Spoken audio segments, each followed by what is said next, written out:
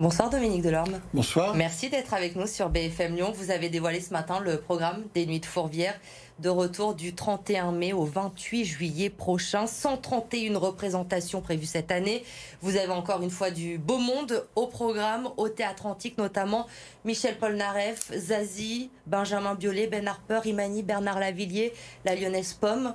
Oui. Ça va être encore une belle programmation. Oui, ça c'est la musique. Et puis il y a les Queen of the Stone Age, il y a Alt J, on a un beau plateau international aussi.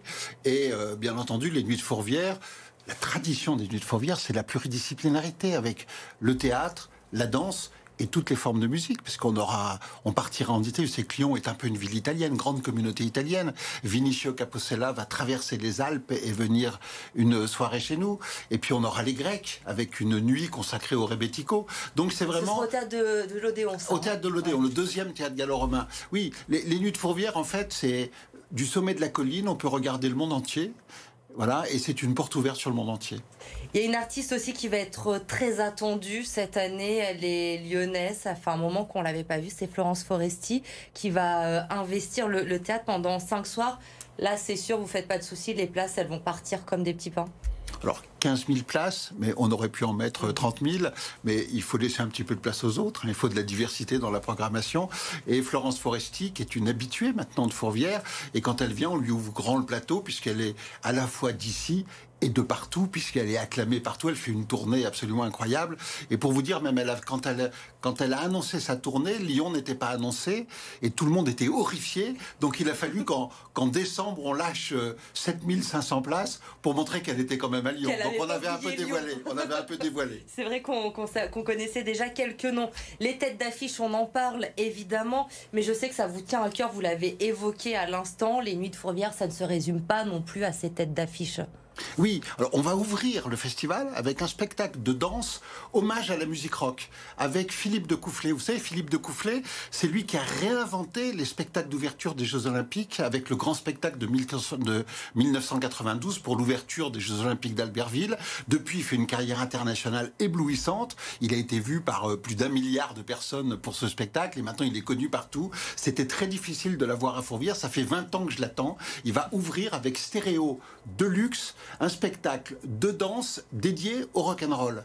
Et puis juste après, on aura Benjamin Biolay.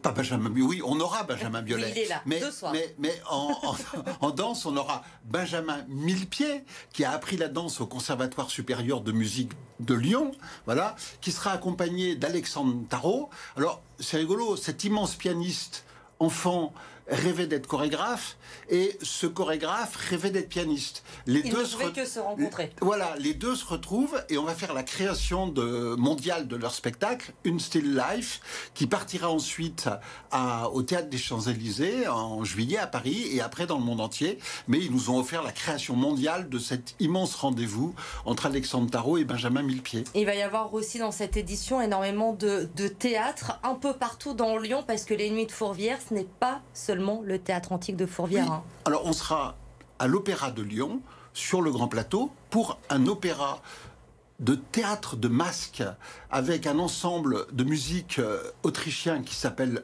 la Musica Banda Franui et la famille Floss, qui est une grande famille de théâtre berlinoise et qui ont inventé un théâtre de masques tout à fait extraordinaire. Ça, c'est à découvrir. Et puis on ira également au Théâtre de la Renaissance où on aura là un spectacle qui s'appelle Véronica... le nom m'échappe, c'est pas possible. Non.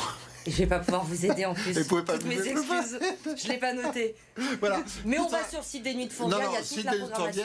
Oui, voilà. une pièce de théâtre tirée de The Thing de John Carpenter, qui est un film d'horreur absolument mythique. Donc théâtre musical à découvrir à No Way Veronica, c'est ça, à découvrir au Théâtre de la Renaissance à Oulin. C'est horrible, il y a 60 spectacles, je m'encombre. Et vous les maîtrisez très très bien, Dominique Delorme. Moi, j'ai retenu la soirée du 7 juillet. Soirée dédiée à Aretha Franklin avec un groupe new-yorkais. Ça va être plutôt pas mal, ça aussi. Antibalas. Alors, c'est une soirée magnifique. Ne la ratez pas, parce qu'ils ne sont pas en tournée. Ils viennent spécialement de Brooklyn pour une seule soirée en France aux Nuits de Fourvière. Donc, c'est un groupe de musique qui va accompagner 3 chanteuses qui vont reprendre les musiques et les chansons d'Aretha Franklin. Donc, une soirée, un tribute to Aretha Franklin à découvrir début juin à Fourvière. Le 7 juillet, si j'ai bien noté. Juillet. Donc j'ai bien fait de m'arrêter sur cet événement. Oui, vous avez bien fait, le 7 juillet. Aretha Franklin, donc pour tous les amateurs. Il y a 150 000 places à vendre. La billetterie, elle va ouvrir mercredi prochain, le 15 mars. Vous vous inquiétez pas trop, ça va partir facilement encore. On vous donne rendez-vous à 150 000 personnes. Donc, on aimerait avoir encore plus de monde que l'année dernière, qui était... Vous savez, l'année dernière, 2022, c'était l'année test, puisqu'on sortait des 2 ans de Covid, et on a retrouvé tout notre public avec 153 000 spectateurs. Donc, j'espère que, comme depuis 20 ans, ils seront tous là au rendez-vous. 20 ans, effectivement, ça fait 20 ans que vous êtes à la tête de ces Nuits de Fourvière. Ça va être votre dernier festival cet été. Il y a un peu de nostalgie ou pas, Dominique Delorme ? La nostalgie, ça sera au mois d'août. Pour l'instant, on est dans le présent, on est dans l'action sur ce festival. L'émotion, c'est le lancement du festival. Et puis, le spectacle, c'est éphémère. Le spectacle vivant, c'est éphémère. Donc, on a l'habitude de vivre dans l'instant. Pas de futur, pas de passé. La nostalgie, ça sera pour plus tard. Mais c'était une tellement belle aventure. Et puis, je suis tellement content de donner les clés du festival à Emmanuel Durand et à Vincent Anglade, des quadras en pleine forme, qui ont plein de projets et qui, surtout, viennent de maisons qui avaient une grande exigence artistique, donc ils vont tenir le festival avec une belle qualité et des beaux spectacles à venir. Soyez attentifs à ce qu'ils vont vous proposer. C'est vrai qu'ils étaient venus sur ce plateau et nous avaient déjà évoqué quelques pistes, ça donnait envie. Vous leur avez donné quelques conseils ou pas du tout ? Oui.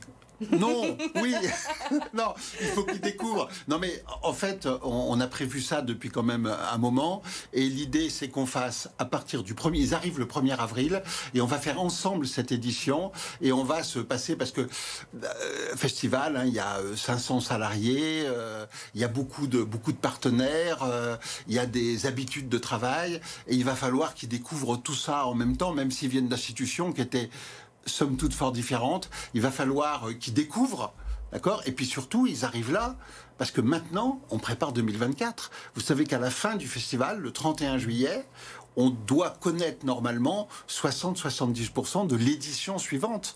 Parce que les artistes qui viennent sont très demandés, souvent dans le monde entier. Leurs calendriers, leurs agendas se remplissent très vite.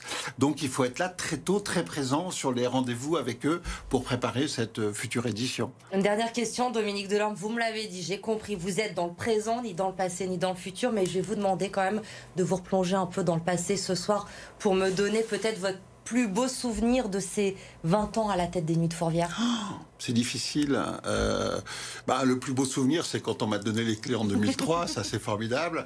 Alors, quand on vous donne les clés de Fourvière, vous êtes vraiment flatté. Ça flatte votre ego. Puis vous trouvez ça merveilleux. Puis après, vous avez votre trousseau de clés dans la poche. Vous vous asseyez tout seul dans le grand théâtre et vous dire, pétard, c'est grand. Il va falloir que je trouve des spectacles pour ici. Puis le public. Donc après, ça vous angoisse. Voilà. Et on se rend compte que c'est un lieu formidable pour inventer. Un des grands moments, je pense, c'est la rencontre avec la danseuse Sylvie Guélem, qui était peut-être la plus grande danseuse du monde et qui a pris ses quartiers à Fourvière, qui a fait 7 productions. Et ce qui est beau, on se rend compte dans ce festival, c'est de fidéliser des très grands artistes et de les garder plusieurs années et de faire un bout de chemin avec eux. Ça a été le cas avec Philippe Glass dans la musique contemporaine, avec Bartabas, le cavalier qui a inventé le théâtre équestre et qui sera là cette année aussi. Voilà, donc c'est ces fidélités avec ces grands artistes et la possibilité de leur donner... cette édition, cet été, donc à partir du 31 mai, les Nuits de Fourvière, la billetterie elle ouvre le 15 mars prochain. Merci beaucoup. Soyez tous au rendez-vous. Merci beaucoup. Merci Dominique et merci Delorme. de nous recevoir chaque année. C'est un plaisir, c'est incontournable, on ne peut pas ne pas vous inviter et on vous donne rendez-vous le 15 mars pour l'ouverture de la billetterie.